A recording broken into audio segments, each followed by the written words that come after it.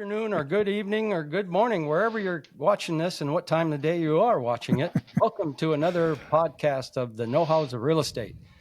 And I have my trusty co-host here today, Mr. Mike Stensrud. How are you doing, Mike? Good. Good morning to you, Kevin. Good morning, Brad. Good morning, Mike. Good morning, Kevin. Good morning. We are very fortunate today to have Brad Jorgensen from SolarFix LLC here in the West Valley area and pretty much Phoenix area, I guess. Get around quite a bit. Phoenix, Tucson, Flagstaff, wherever. Yeah, we're going to talk a little bit about solar today. So let's just jump right on in. Perfect. Brad, if you could let us know a little bit about, the homeowners. We're going to talk, maybe it's on the seller side a little bit right now, but the homeowners, they have a decision to make. Should I get solar or should I not get solar? And what can you tell us about the homeowners and their decision? Yeah, it's actually a great question, right? Does it make sense for me and does it not make sense for me? Yeah. And a lot of that's going to come down to your usage, where you live, and what you're trying to accomplish. What are your goals, right? What are you trying to go after, right? So, if you're a young family and you just want to maximize your savings as long as humanly possible, solar makes a lot of sense, right? But then it goes into the different financing types. How are you going to finance it? Are you going to pay cash for it? Are you going to get a loan? Are you going to take out a home equity loan? Are you going to buy a house that has solar on it? Or are you going to get a lease? Like, there's a lot of kind of variables that go into it, right? If you're a little bit older and you're in, a 55 or older neighborhood, and you think you want to go get some solar, do you have the tax liability, right? It's an incentive, not a credit, right? So remember that. So a lot of things that go into it. So kind of a big question. I'll kind of land the plane by saying this, right? If you decide solar may be the right fit for you, there's something I always think about, right? When I was in the sales side of solar, and when I made the decision to go solar, right? Here's what I thought about. If I spend $2,500 a year, okay, in 10 years, with the price of electricity not doing no inflation, no anything, that means in 10 years I will have spent $25,000. Okay, how much is this system that I'm putting on my house, and is it going to cost me more than the $25,000 over 10 years? And if it all adds up and it's going to cost me $50,000, probably not the right investment for me to make. So that's an easy way that I have for determining it.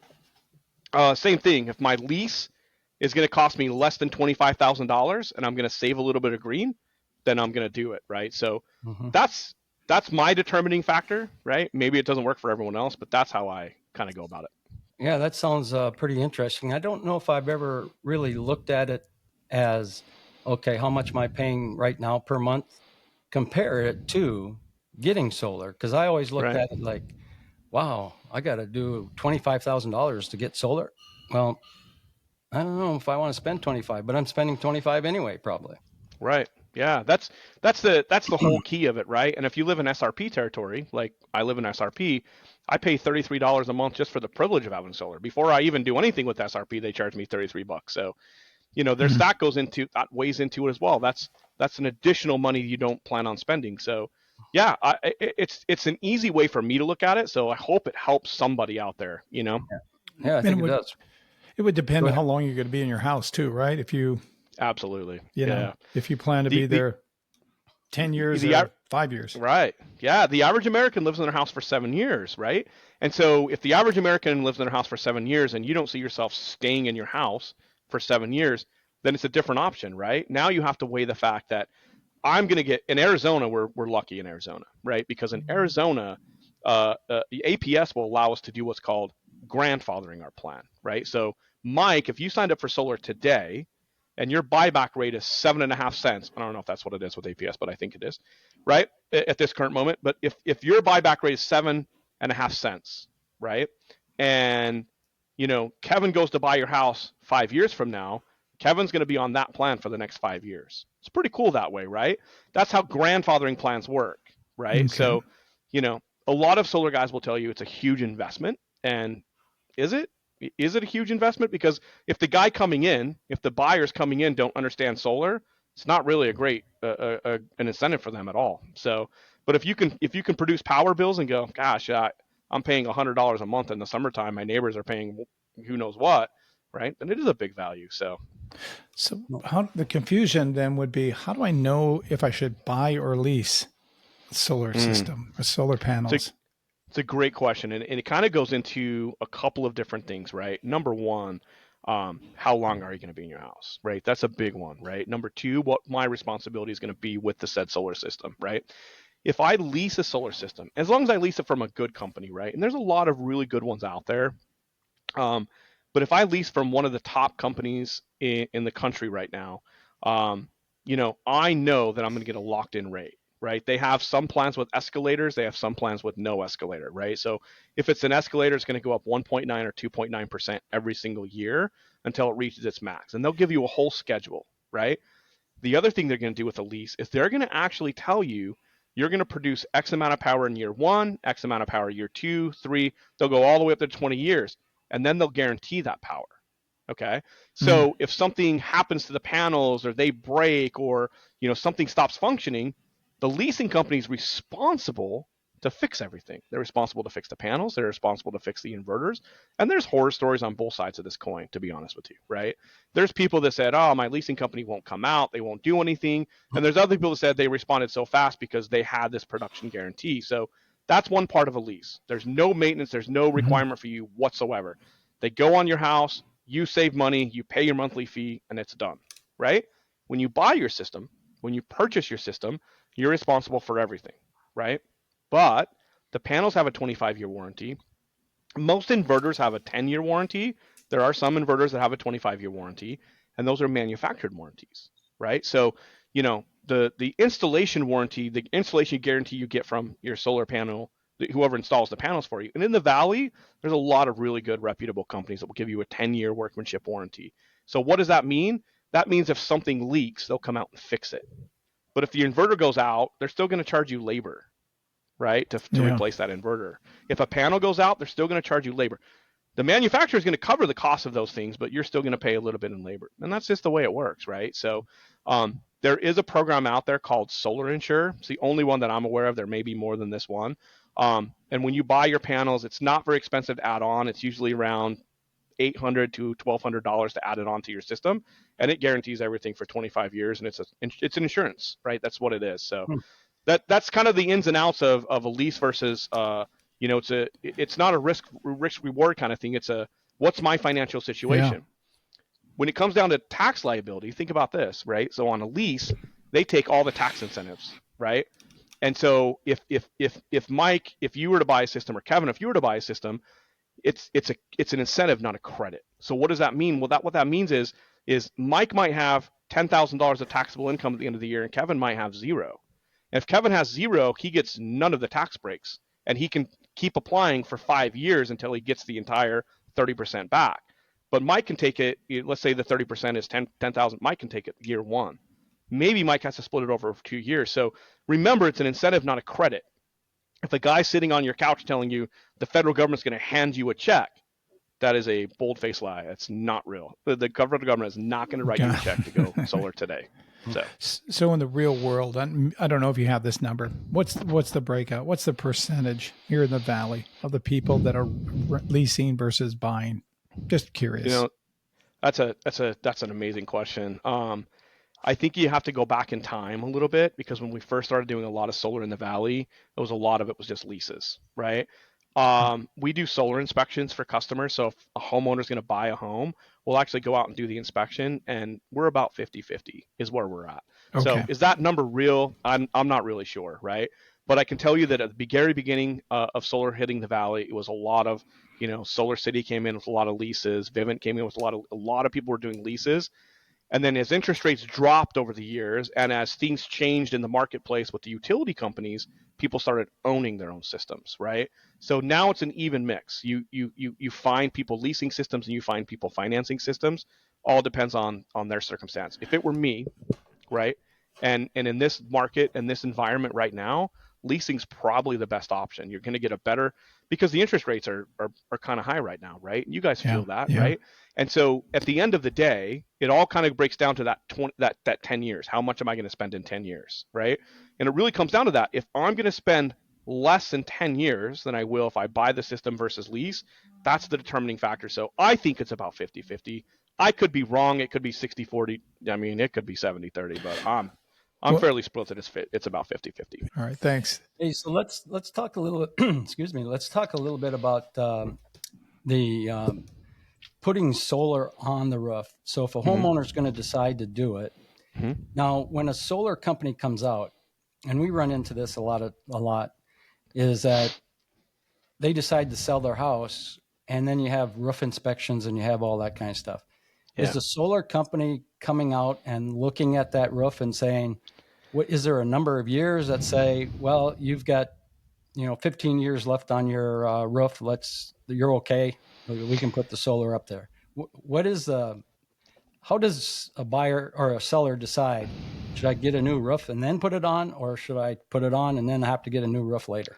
Yeah. That really depends on the company, to be honest with you. So some people will do what they call a virtual site survey. They'll actually just look at roofing. They'll look at aerial views of the roof and go, when I first moved to the Valley, 6 or 7, I think it was 7 years ago, is when I first moved to the Valley.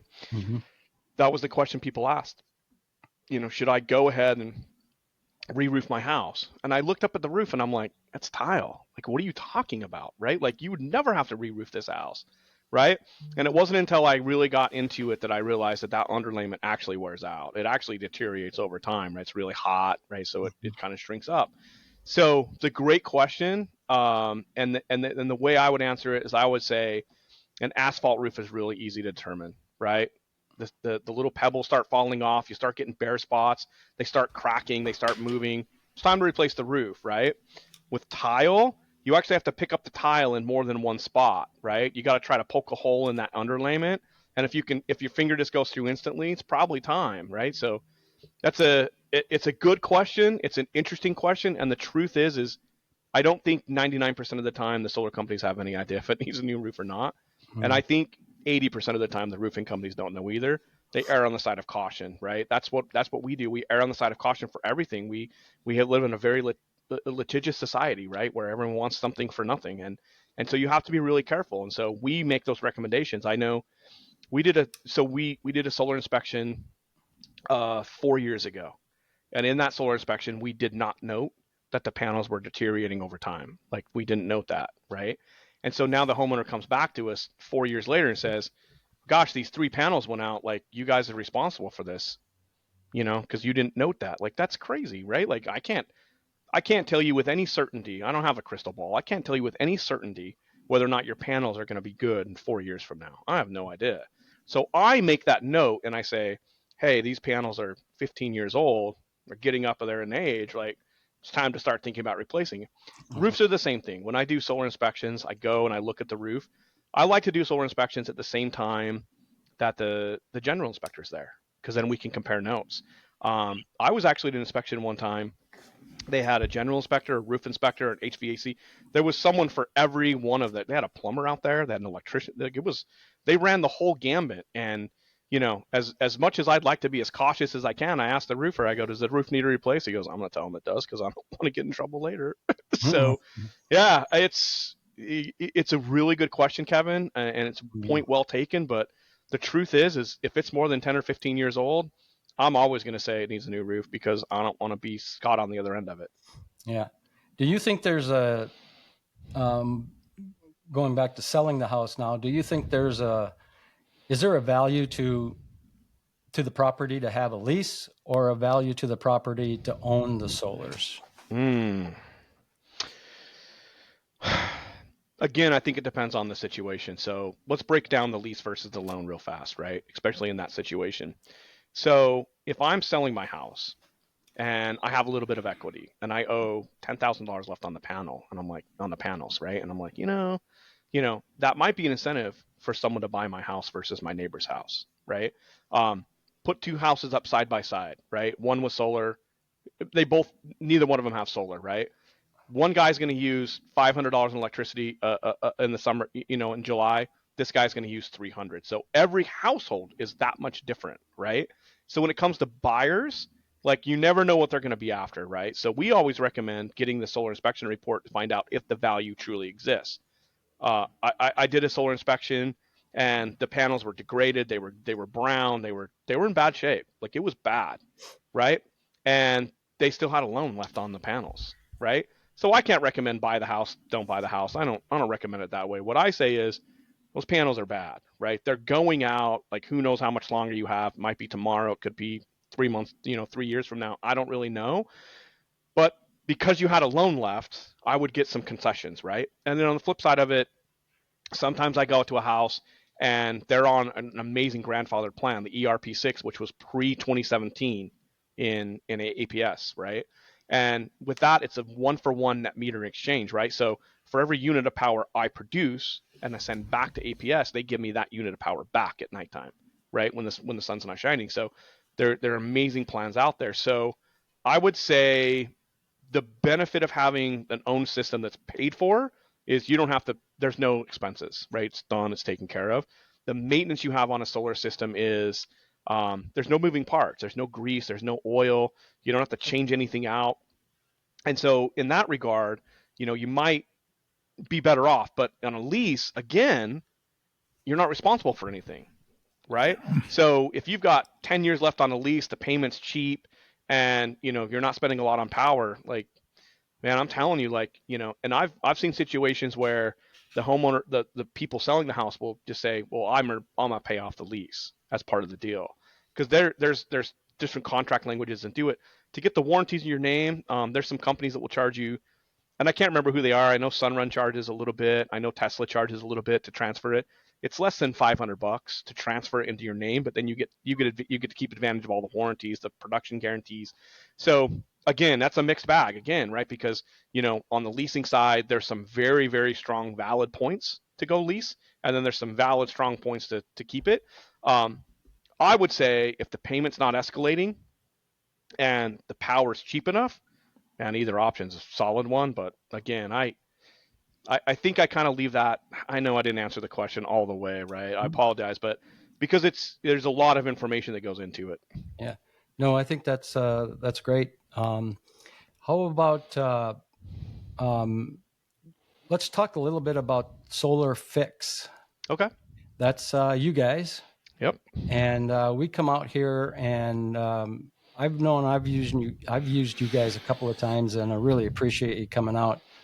And what does SolarFix do? Do you help any way contacting the solar company? Because a lot of times, like where we work in the retirement communities, Mm-hmm. and they got the solar on there and they're happy with it, but when they come to sell their house, it's really hard for them to, because I can't call solar and say, hey, because I'm not on the account, they won't talk to me.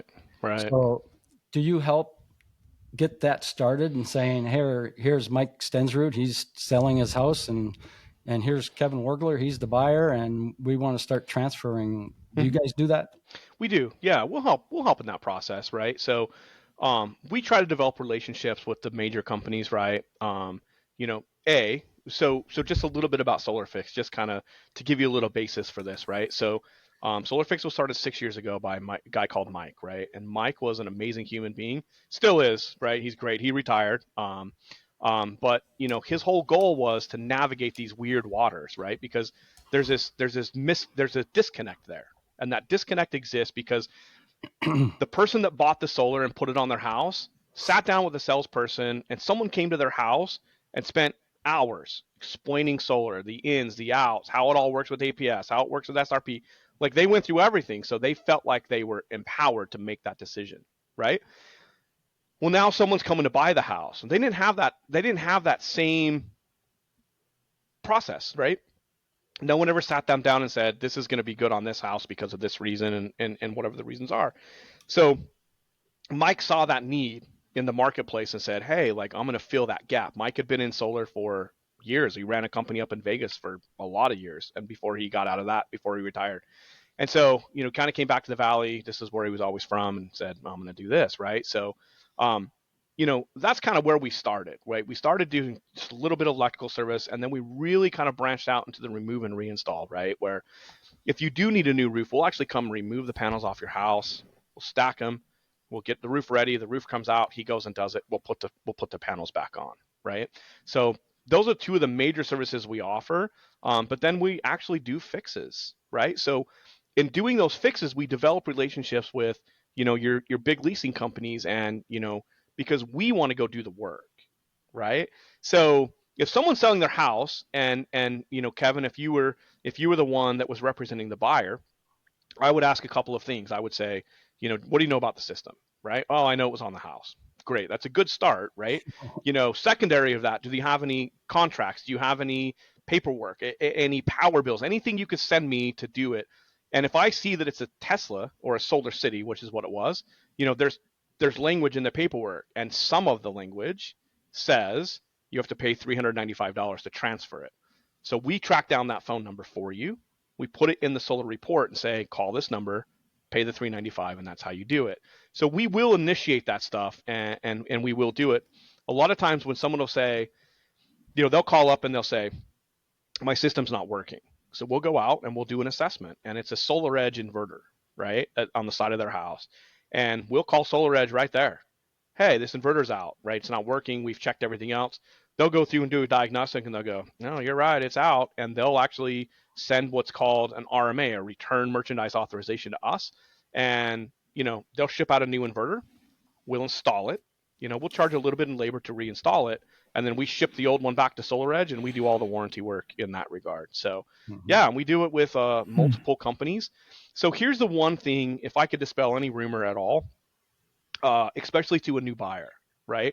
The homeowner that bought the system, bless their heart, they're just listening to what the salesman guy told them, right? And the salesperson will say, we're the only one that can do work on your system. If anyone else comes out and does work on your system, it voids all warranties. In the case of a lease, that's 100% true, okay? That's where we come in. We'll actually go to Sunrun or to Vivint or to Tesla, whoever that leasing company is, and we'll say, hey, these guys want to remove all their panels so they can get a roof done. And we're what's called a third-party provider. So there's paperwork we fill out. We send that back to them. They send a notice to the homeowner and said, hey, these guys are going to do the work.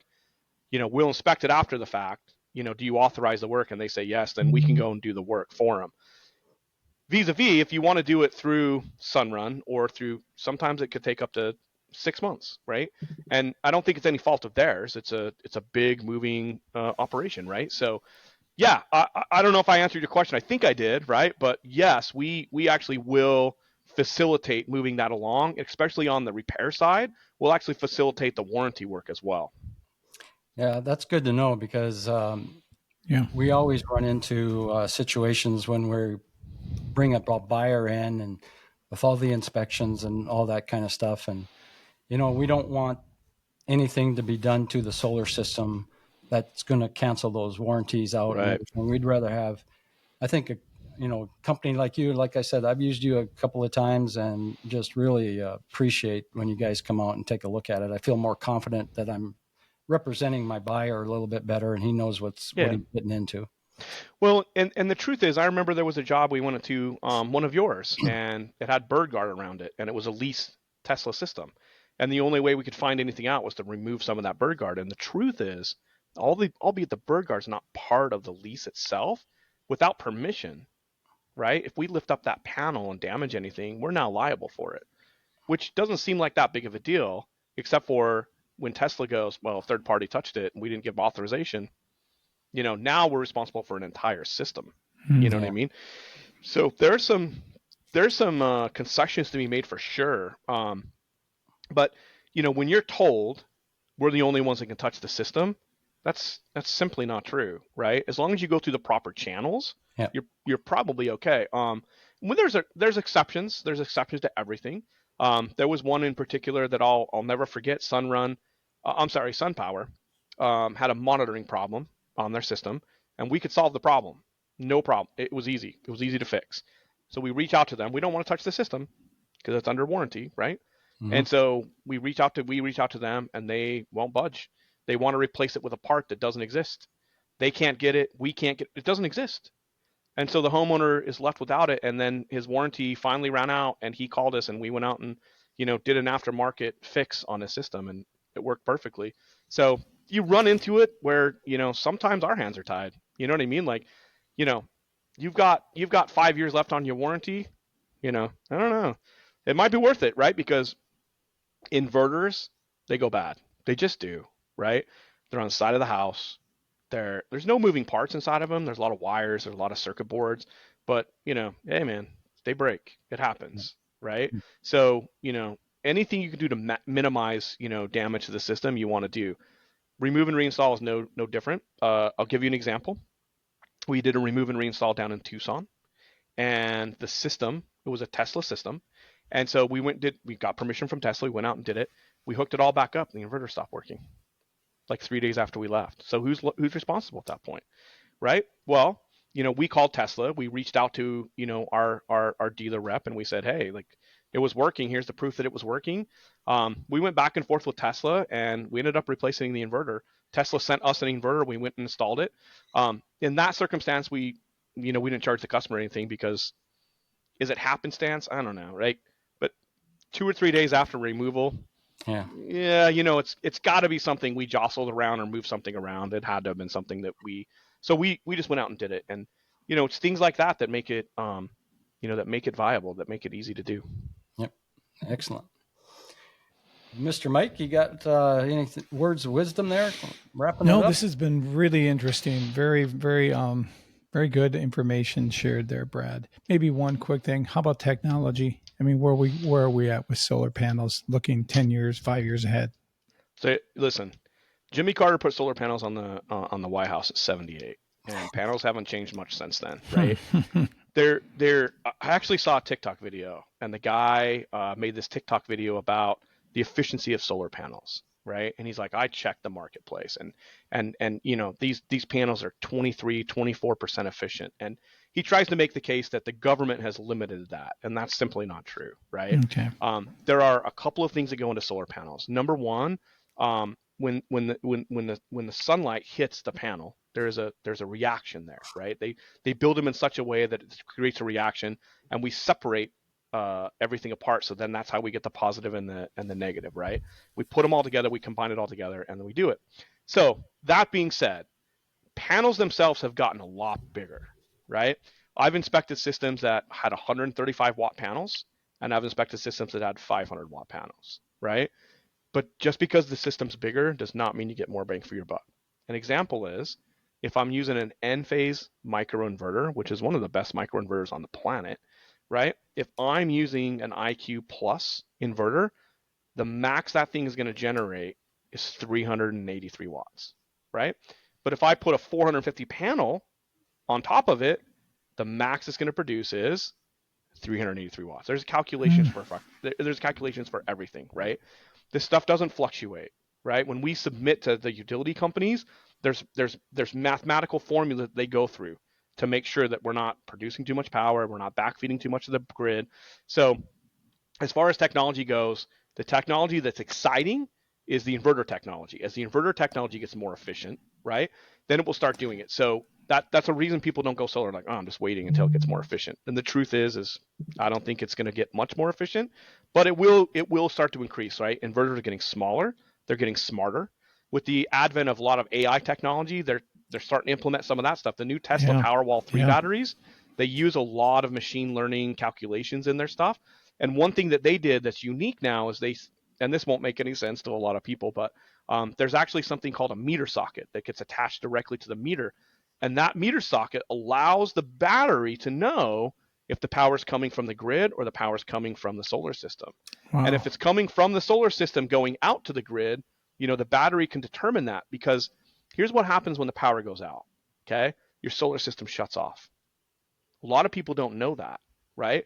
So what happens is we don't want to backfeed power to the grid, because let's say someone hit a power pole or it went down with a storm. You don't want a bunch of power being backfed into the grid, because you could actually produce that guy trying to fix the line, you could actually electrocute him, right? So solar shuts off. There are a few systems on the market that you can actually, you can go turn off the main breaker. There's a lot of stuff you can do. The battery technology that Tesla has, that Powerwall 3 with that meter socket, does that automatically. We used to charge thousands of dollars to put in transfer switches, and now a battery does it, right? So battery technology is coming a long, long way, right? The old power walls, the old LG Chem batteries, they were amazing, but the new ones are coming out are just fantastic. But 2 or 3 years, the battery technology is going to take a huge leap forward because there's something called solid state batteries that exist in this world that they're starting to manufacture. They figured out how to make them work, and Elon Musk his goal is to have a 1,000,000-mile battery. So he doesn't mean that the car is going to drive 1,000,000 miles on one charge. What he means is the battery will take the charge and discharge for 1,000,000 miles in an electric car, which is Wow. fantastic, right? That's So cool stuff. yeah, so there's some new technology that's coming out. Don't hesitate. If you want to go solar, absolutely reach out to someone. Figure out if it's the right thing for you. Don't wait for the technology because it won't happen. But there's some cool stuff coming up. Yeah. Amazing stuff. We could go on for days with talking to Brad about this solar stuff. I actually could. Yeah, don't encourage it, right? It's just amazing. But I think one thing that if you're kind of riding the fence of solar or not, even if you talk to a sales guy, give these guys a call. SolarFix LLC. Even when you call their office, they actually answer the phone, and you're not talking to press 1 for this or press 2 for this.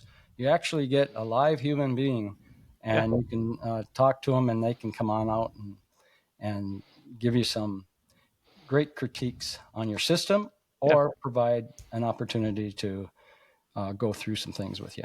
Sure, absolutely. Yep. All right, Mr. Mike, what do you think? Thank you, Brad, for all your time, your expertise, and you made me smarter today. So that's great. Thank you. Thank you, Mike. Thank you, Kevin. I appreciate the opportunity. We'll see you next time on the Know Hows of Real Estate. Thanks, everybody. Let's do it.